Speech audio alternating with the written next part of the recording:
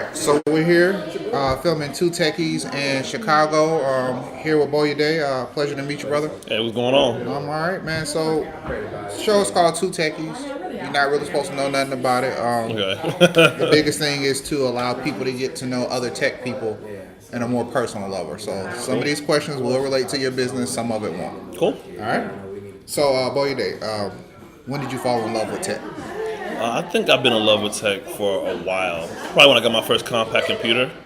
But me being from an African or Nigerian background, we're pretty much kind of geared towards going to particular tracks. Okay. Healthcare, medicine, law, particular things that are sure businesses. So Almost destined past that you were yeah, supposed basically, to say. exactly.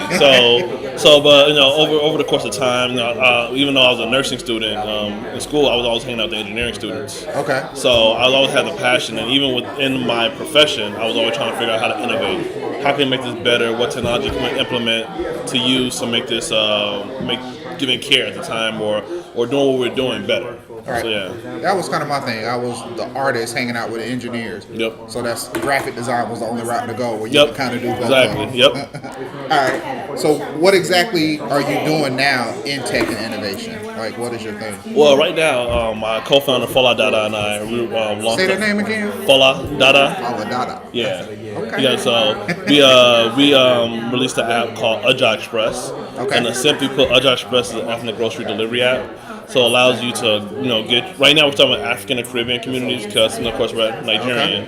But allow you to get your ethnic grocery delivered to your home the same day. So a lot of stuff you can't get on Peapod or other platforms, we're able to get it to you and have it delivered to your home without you having to go out and doing all the heavy lifting for it. We had a thing called Pretty Fresh that was delivering the ugly fruits, the ones that were misgrown, maybe a little bruised. Mm-hmm. But totally understand what you're doing. Right. Dope. Yep. So that's pretty amazing. And how exactly, I guess, did more so a need lead you to that, or was it more so tech that led you to that? I think it's a combination of both. Because when we looked at what we were doing, we were like, okay, there's Peapod. We all knew Peapod. Right. And when we started this journey, I guess there was a company called Instacart that was down this I road remember already. that, yeah. So I'm like, okay, we didn't know but it actually came out of a need. So it came out of the fact that when I'm here in Chicago, depending on where you live, you're pretty far from any kind of ethnic groceries, and they're not as ubiquitous as Whole Foods or all other grocery I think in stores. Chicago it just makes sense for me because it's cold. Yeah, Cold days, I would not want to go get no groceries. Exactly. And then when you think about some of the foods, if you've been to Florida, you've been to different parts of the country, how much of that food culture is in the foods that we eat today? So we basically like, hey, one of my best friends is a physician. His wife, a young wife with 2 kids under the age of 2, and she uses a Peapod, and she was like, hey, I do not want to go to the quote-unquote African store. So that's where the light bulb went off initially, and then we decided like, hey, let's... Supply and demand. Exactly. Dope.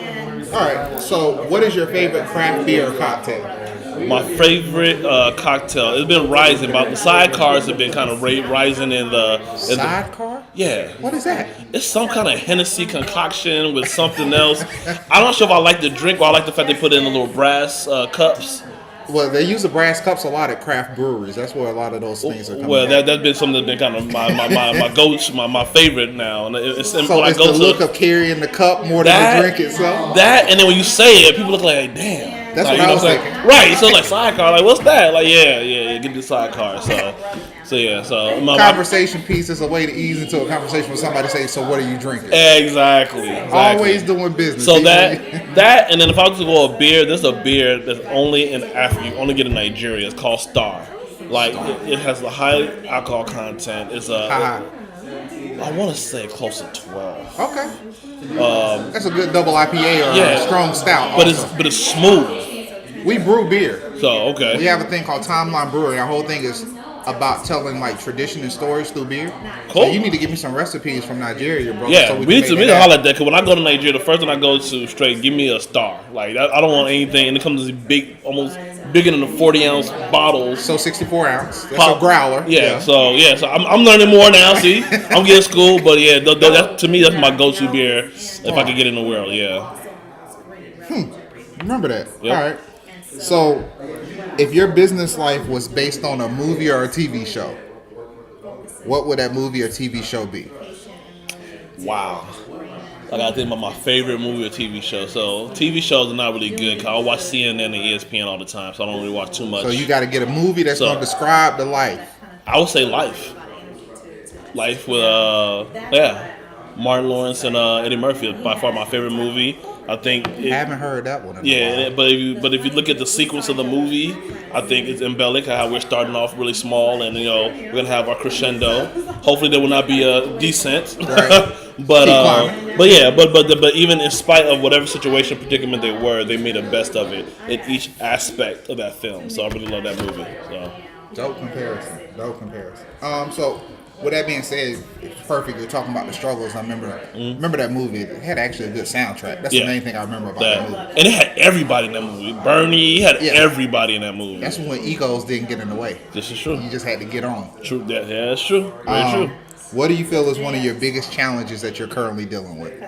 I think our biggest challenge is really trying to. We're dealing with a niche market. We're dealing with ethnic, and when we say ethnic, we're not just talking about African Caribbean. We're talking about South Asians, Latin Americans, and really trying to really be culturally appropriate to those markets so we could deliver their culinary needs. So studying all those different markets, all those different cultures, I think is one of the big things. And with that comes cracking that traction net. Do you think it's going to remain as much of a niche? If you think about like soul food. Soul food used to be a niche. Yeah. Now it's mainstream. True. Do you think do you think maybe the openness and the opportunities, the access to it will make it more mainstream? That is, but I think in the meantime we're kind of in that downward slope of the business cycle. So just being patient with it and make sure it kind of cracks open a little bit more. I think you're gonna break it. I think you're gonna break ground because I think every niche right now is becoming something hot. Yeah. So I mean it's a matter of you getting the right timing. Maybe it's a timing thing. Right. So I think that's our biggest thing. Really. As soon as it gets cold again, that's when everybody will call you. That's what I'm waiting for. Not too cold because I gotta suffer through it. So, but that's what we're waiting for. Just getting that really product market fit. I come from a consultant and a process improvement standpoint, so things are somewhat kind of linear. Okay. So, but you're dealing with startups, things are not linear. I was just gonna say on your on the more technical side, what's been your journey for this career? Like, how's it been going for you? What's like if you had to just kind of take us down that path? What's been the path of you as a startup world? Honestly, I would never have thought in years that I would be where I am now. As far as where did you come from? What so my undergrad was in nursing. Okay. And I got a master's in healthcare administration, and my goal was to be a hospital executive. That was the goal. So I did an administrative fellowship with a large. You didn't pivot. You just got off the whole damn trail. But it was a pivot though. Because food and health. I was about to say you're eating healthy in the Caribbean. Yeah, exactly. Food you're talking about. Yeah. But even with that though, when doing healthcare administration, so I started with clinical. Then I got into business, and that was a steep learning curve because you do one thing clinically, administratively you do another thing. So it kind of gave me a real wide perspective on business, and then looking at things like downstream revenue, taking early losses to get big gains on the back end. So those skills that I picked up on that standpoint, from a business standpoint, it transferred over. And then also working in a highly regulatory environment such as healthcare, it helped me learn how to deal, within area constraints because some things you just can't do in healthcare. So you had your own structure at that point. Exactly. Cool. That makes a lot of sense. Just kind of switching the environment because we're here for our founder session. We're at the founders pad with I'm Black in Tech. So when you hear the words diversity and inclusion, just when you hear those words now, what's the first thing you think about? What's the first thing that comes in your mind? Bullshit.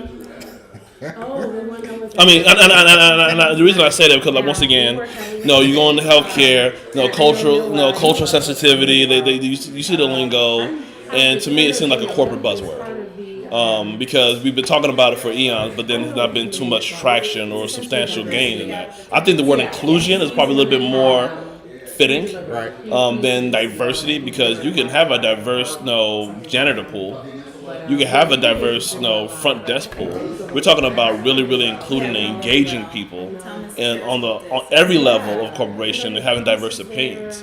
So I think when I hear initially diversity and inclusion, the diversity piece I just think is relative bullshit. I think it's just a word that's often thrown around by corporate executives to kind of make themselves feel good about themselves. I feel so comfortable being in Chicago right now to hear these kind of words coming from other people. So I mean, I guess if you had to plan or put in place a plan for diversity and inclusion, specifically more so in the tech industry, what would your plan look like? My plan would be heavy. I like what in healthcare, when healthcare administration, they have a program called an administrative fellowship. So when I graduated my master's, I was able to get a job as an administrative fellowship for a year, and I reported directly to the CEO of the hospital. And I worked and shadowed the CEO of the hospital for an entire year. Worked on various projects, got my hands dirty in different things, but that gave me a perspective I would never have gotten trying to work my way up. You know what I'm saying? So I think including programs like that, with true inclusion, I think also developing the pipeline. Like in a true pipeline, not you can get people from different aspects. Like I came from healthcare and I'm in tech. How do I do it? So don't just look at it just engineering, graphic design, software development. Look at how we can put innovation through every single aspect. You got to open up the whole. Exactly, because the way the future, the way I look at it is that it's going to be the common thread in every single aspect of every industry. Gotcha. So okay, so. The world is yours. You get to choose one mentor that would invest in you, money, time, and everything. One mentor. Anybody in the world. Anybody in the world. Who would that mentor be? Money, time, everything you need. You know what? I'm going to go with Bill Gates, and I'm going to tell you why. Okay. In 2000, I was one of the inaugural recipients of the Gates Millennium Scholarship. That will make sense. So he paid my entire college career. Respect. So and then look what he's done in tech. Granted, he comes from a very good, well-heeled background, right. But also I think he's also been in the forefront of a lot of advancements as far as healthcare and a lot of other industries outside of just Microsoft. We got the Bill Gates. Oddly enough, as much as we talk about tech, we don't hear his name a lot. Yeah, so I'm a product of the Gates Millennium Scholarship. Because of him, I do not have any student loans. So yeah, if I had anybody, and then on top of it, he's the richest man in the world. So who more? If you want to have somebody put unlimited money, it'll have to be Bill Gates. Yeah, gotta open up the gates. Yeah. All right, so. But I have mad respect for Tristan Walker, though. Mad respect for him. So if I had to pick a second person, secondary, it would be him. It'll be my fallback. So I gotta keep with it. I'll tell everybody it's only one. Tristan, if Tristan is hearing this, Tristan cannot help you. We need Bill to help you right now. Bill, sorry, Tristan. All right, there's a soundtrack to your life. Okay. All right, everybody has a soundtrack. Okay. So there's either one song or one album. One song or one album that represents your life. What is it? I would have to say, and we're talking about the journey from wherever you were at to where you're at right now, up to this very point. What would be that song or what would be that album? I would have to go default to damn, I can't put an album together. I can't put a mixtape together. That's what makes it so fun. That's right. One of the questions. All right, one song. I would have to say Beanie. It's either one or the other now. Right? No song. Okay, so going with the song. It'll be Beanie Man, Boss Man. Beanie Man, Boss Man. Yeah. All right, we're gonna have to find a snippet of that and put it into the. Beanie Man, Boss Man. High energy song. I mean. Like my initials are BOSS. My parents didn't do it on purpose, but I figured it out. So and when I think about, when I reflect on my life and think about the places where I thought I was like, not being considered or whatever, and I emerged into leadership in that position. Okay. That song, Boss Man, just fits for me. Cool. All right. So we're all in what we call the game. Mm-hmm. All right. So we're in the game, and anything can happen to us. But I think everybody should be focused on their legacy. You walk away from this, something happens to you, or you just retire. But what's the ending point for Beyadae? What is the legacy? What is everybody going to know you for? I would want my legacy to be somebody who was able to unite the black diaspora. So, and I say that because in addition to all the stuff I do, I'm the former recent president for the Nigerian American Professional Association. Okay. So in that, we did a lot of work with the Metro Board and other organizations to say, hey, let's reclaim what we consider the black identity. Okay. Let's share our culture, how it relates to what's going on. Let's talk about the cultural similarities and how we can serve one another to kind of really build that up. So if I was to have a legacy, I'm a Pan-Africanist, at least I like to say that's my political ideology. Okay. So I grew up, learning about Kwame Nkrumah and Jomo Kenyatta, the same way I grew up about Malcolm X and Martin Luther King. So to me, they're all in the same field. So they inspire me. I see a lot of ingenuity and positivity in just the African descendants, and I think that would want to be my lasting legacy. So that's dope. That's real dope. So We added this in. Some people have asked me to do it, but you've been in the hot seat the whole time. Yep. So this is your one chance to ask me one question or one thing or share one thought before we wrap this up. If you have any, if you don't have anything for me, it's cool. It works out better for me. Right. One question, one thing, one thought. Okay, I got a question. What's the best fraternity in the world? Oh, it ain't nothing better than the Significant Brothers of Alpha Phi Alpha That's fraternity. what I'm talking about. All see? day. All day. See? So that's what we're gonna take. We have a tradition with our group called Digital Grass. Yeah. It's something I learned from one of my mentors, Amelia. She's worked with Steve Harvey, built some of the biggest brands. Everything you know about green cleaning with Clorox. Yeah. She actually built that. Clorox stole it from a whole nother store. We close out with one final word. So if you could just give us one word to wrap up how you feel about this interview or just the energy you feel in this room today. Just one word. No, I'll say hype. I mean, I think the energy is very, very lively. Looking at the people who are in this room, you got some awesome people in this room. Talking about some people who are trailblazers in their individual right. Right. So we do have some yeah. So I'm definitely hyped, definitely inspired just to be here. So yeah. Appreciate it. Odra Express, that's where it's at. Yep. Check them out. We appreciate it. Download the app. And that's the thing. Close out. We need to know Instagram. Yeah, we're on Instagram, Oja Express, OJA Express, all one word. We're on Facebook, Twitter. You can download the app on Android and Apple, and you can check out our website at www.ojaexpress.com. Thank you very much for your time, bro. All right, brother. Appreciate it. Yep.